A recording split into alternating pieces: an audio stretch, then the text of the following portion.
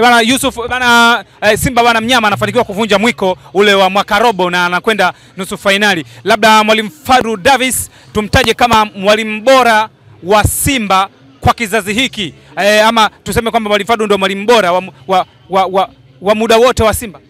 Ya, nafikiri kwangu mimi ameweka historia kubwa sana kwa sababu wamepita makocha wengi bora lakini hawajai kufanikisha hili kwa Simba kwenda kwenye hatua muhimu kama hii. Nafikiri anakuwa kocha wa kwanza toka nianze kuchambua mpira. Acha kufuatilia, kuchambua. Amekuwa kocha wa kwanza ambaye ameleta mapinduzi makubwa sana kwenye klabu ya Simba. Mmoja kati ya kocha ambaye atabaki kwenye mfano na historia imeandikwa leo. Mwaka fulani, tarehe fulani, Fadlu Davis mwaka fulani si ndio tuutaje? Yes, kwa maana mwaka si mwaka 2025 tarehe 11 leo tarehe ngapi leo? Tarehe 9 tarehe 9 mwezi wa 4 siku ya Jumatano Fadlu Davis aliipeleka Simba kwenye hatua ya nusu finali, kwa maana nusu finali. Si ndio? Mbona kama una imani bana? Bana wachezaji wa Simba waliopo tuseme kwamba hawa ni bora kuliko wachezaji wengi waliopita kwenye vikosi vya Simba. Ya, kwa sababu tutaangalia kwenye namba. Yaani tutaangalia kwenye namba kwa sababu mwisho wa siku tunaangalia mafanikio. Yaani inawezekana timu ikacheza vizuri ndani ya uwanja lakini kama haijapata matokeo bado pongezi tutampa yule ambaye ameshinda mechi, si ndio?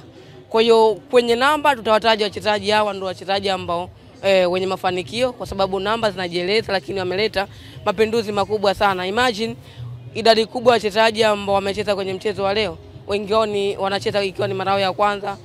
Mfano mzuri katika wachezaji ambao wameanza kwenye kikosi cha kwanza ni wachezaji watatu tu ambao wana uzoefu. Mohamed Hussein, Shomari Kapombe, Kibu Denis pamoja labda na Fabrice Ngoma kidogo. Lakini wachezaji wengi ni wachezaji ambao wanacheza wao ikiwa ni mara yao ya kwanza.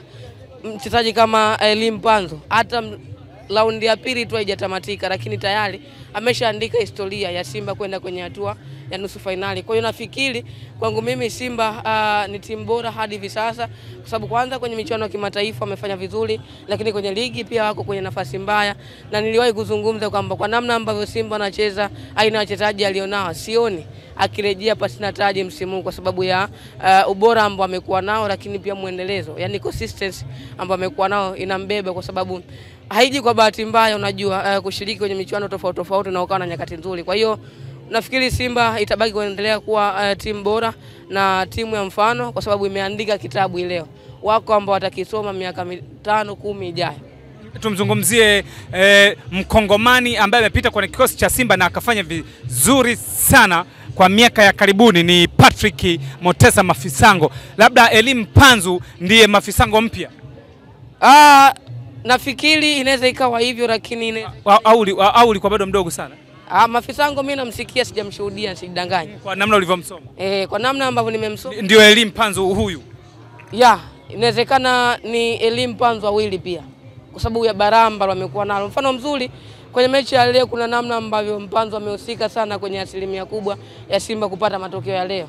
Tazama jitihada zake binafsi, lakini kitu ambacho utampongeza ni muda ambao amekaa kwenye timu na hiki ambacho anakionyesha kwa sababu wakati Simba inaanza msimu, Jean Charles Ahoua kama alishaanza kufanikiwa kuteka mioyo ya baadhi ya mashabiki na akaanza kujenga ufalme wake, lakini ujio wa Elim Panzu sio tu umekuwa na faida kwa Simba lakini umekuwa na faida pia hata kwa wachezaji mmoja mmoja kwa maana quality, lakini mbali na hapo kwa Simba namna ambavyo imecheza leo, imecheza kwa kuzingatia vigezo vya timu bora barani Afrika. Namna ambavyo amecheza kitimu lakini namna ambavyo walikuwa wanawakumbusha majukumu ya kama mashabiki, wamewakumbusha muda mwingi sana, kila mchezaji ulikuwa unatazama anaitaka mechi. Nafikiri katika watu ambao wamekuwa na furaha kubwa sana mchezo wa leo ni Mohamed Hussein, ameshangilia sana haya matokeo japokuwa hajamaliza dakika 90. Kwa nini? Kwa sababu amecheza kwa muda mrefu lakini haijawahi kutokea Simba kupata mafanikio makubwa kama haya. Kwa hiyo kwake ameandika historia, lakini mmoja kati ya wachezaji ambao walikuwa na wakati mzuri ni Musa Pilipili Kamara. Kuokoa mikwaju miwili ya penalti si kazi rahisi, si kazi ambayo inakuja kwa bahati mbaya. Nafikiri ameweka daraja la utofauti sana, yani anatuthibitishia kwamba hata kuongoza kwa clean sheet ligi kuu sio kwa bahati mbaya na inawezekana Simba wakukosea kumleta. Kwa hiyo mimi niseme scout ambayo imefanyika leo ilizingatia vigezo na vigezo na vimeweza kukidhi mahitaji, kwa sababu lazima wachezaji namna ambavyo wanajituma na kile ambacho kinapatikana, unakuja kugundua kuna namna ambavyo Simba msimu walikuwa wanadhamiria kufanya mapinduzi makubwa. Fadlu Davis bila kumsahau, mmoja kati ya makocha ambao wamejaribu kubadilisha atmosphere ya kile ambacho kimekuwepo karibia misimu 6 inaenda. Kwa hiyo nafikiri kila mmoja atazungumza na kwake kulingana na namna ambavyo amelipokea ili tukio la Simba kwenda kwenye hatua inayofuata, lakini yote kwa yote tuwapongeze pia uongozi wa Simba kwa sababu walionyesha kuitaka mechi toka walivyorudi Misri. Walionyesha kuitaka nusu finali toka msimu unaanza. Kwa hiyo nafikiri kwangu mimi wachezaji wanastahili pongezi kubwa, lakini pia technical bench pamoja na uongozi kiujumla, na tuwatakie kila laheri kwenye michuano kwa maana kwenye mechi zinazofuata kwa sababu haijaisha paka ishi. Kwa miongoni mwa wachezaji wa Simba walioko ni Mohamed Hussein pamoja na Shomari Kapombe. Bana, wachezaji wa Yanga ambao nao walicheza hatua hii wengi wao wapo pale kwenye kile kikosi. Leo Simba amefanya hivyo. Nazungumzia wachezaji wa Yanga ambao walicheza hatua kama hii ya nusu finali ambao Simba amefuzu, bado wapo kikosini kwa Yanga. Lakini Simba leo wamevunja mwiko wao mwaka robo kama walivyokuwa naitwa na wamekwenda nusu finali. Bana, kuna wachezaji wangapi kwa wewe unavyotazama wa Yanga waliopo pale kikosini wanaweza kupata nafasi kwenye Simba hii ya Mwalimu Fadlu Davis? Japokuwa Yanga imetolewa kwenye michuano, lakini kwangu mimi nakiri bado ina wachezaji bora ambao kuna baadhi pia wachezaji wa Simba huwezi kuwalinganisha nao. Nafikiri kwangu mimi mchezaji kama Stefana Ziki bado ni klasi ya michuano ya kimataifa. Pacome Podo Zouzoua ni klasi ya michuano ya kimataifa. Prince Pumerero Dube, Clement Mzize bado ni wachezaji ambao hakuna timu yoyote ambayo inashiriki michuano ya kimataifa na katika hao ikakosa hata mmoja. Wachezaji ambao wamethibitisha daraja la ubora kwa miaka miwili. Finali wamecheza CAF Confederation, lakini msimu uliopita wakacheza robo finali CAF Champions League. Ni msimu tu ameteleza, kwa hiyo ni matokeo ya mpira, lakini haibadilishi kwa Young Africans bado na wachezaji bora ambao wanaweza kucheza timu yoyote ile, kwa sababu tunajifunza kulingana na makosa, lakini kwa makosa ambayo yalitokea kwa Yanga tusiwahukumu kwamba bado hawana wachezaji bora, kwa maana matokeo ambayo aliyapata haimaanishi kwamba wachezaji wake sio wazuri. Bado na wachezaji wazuri ambao naamini wanaweza kufanya makubwa sana kuliko hata wachezaji wengine ambao wako Simba. Kwa hiyo nafikiri kwa Simba tuwatakie tu kila laheri kwenye mchezo unaofuata, lakini ukiniuliza wachezaji gani kutoka kwa Yanga wanaweza kaingia kwenye kikosi cha kwanza kama ambao nimekutajia, lakini ukiniuliza wapi yupi wa kumtoa sina jibu sahihi. Bana, kwenye mitandao ya kijamii kwa sasa hivi tunavyozungumza, Yanga wao wanaposti tu picha zao zile za nusu finali, picha zao za finali. Yaani Yanga ndio wanachokifanya sasa hivi, wanaposti picha zao tu nusu finali, za finali. Labda Simba endapo hatafanikiwa kufika finali ya mashindano haya ambayo Yanga yeye alicheza, ni sahihi wana Yanga wakitamba kwamba hakuna Simba alichokifanya? Yaani kitendo cha Yanga kufika finali CAF Confederation haimaanishi Simba ni mbaya. Kwangu mimi ukiniuliza kwenye swala la Simba na Yanga kwenye michuano ya kimataifa, bado Simba ni bora kuliko Young Africans. Kwa nini? Bado kuna kitu ambacho Yanga anapaswa kujifunza kutoka kwa Simba. Umeniuliza swali zuri, kwa nini? Kwa nini? Kwa sababu Simba mbali na kuwa amekuwa akiishia robo finali, lakini ana consistency ya kuishia tu hiyo robo finali, ni mafanikio makubwa. Wakati Simba anaanza kuna timu zilikuwa zinamsumbua. Kaizer Chiefs, AC Vita, National Hall. Wakati Simba anaanza ilikuwa ni rahisi sana kufungwa goli 5, kwa maana kufungwa goli nyingi kuanzia 2 na kuendelea. Lakini hivi sasa hata National Hall akija uwanja wa Mkapa anaokota, sio? Hapo. Unamwona wapi mnyama? Kabla sijamaliza kwenye michuano hii, ngoja nimalize afu nikupe sasa tu conclude. Lakini hivi sasa unatazama hawa wapinzani ambao walikuwa wanamsumbua Simba kwenye michuano ya kimataifa hawapo, yani hawana hiyo consistency.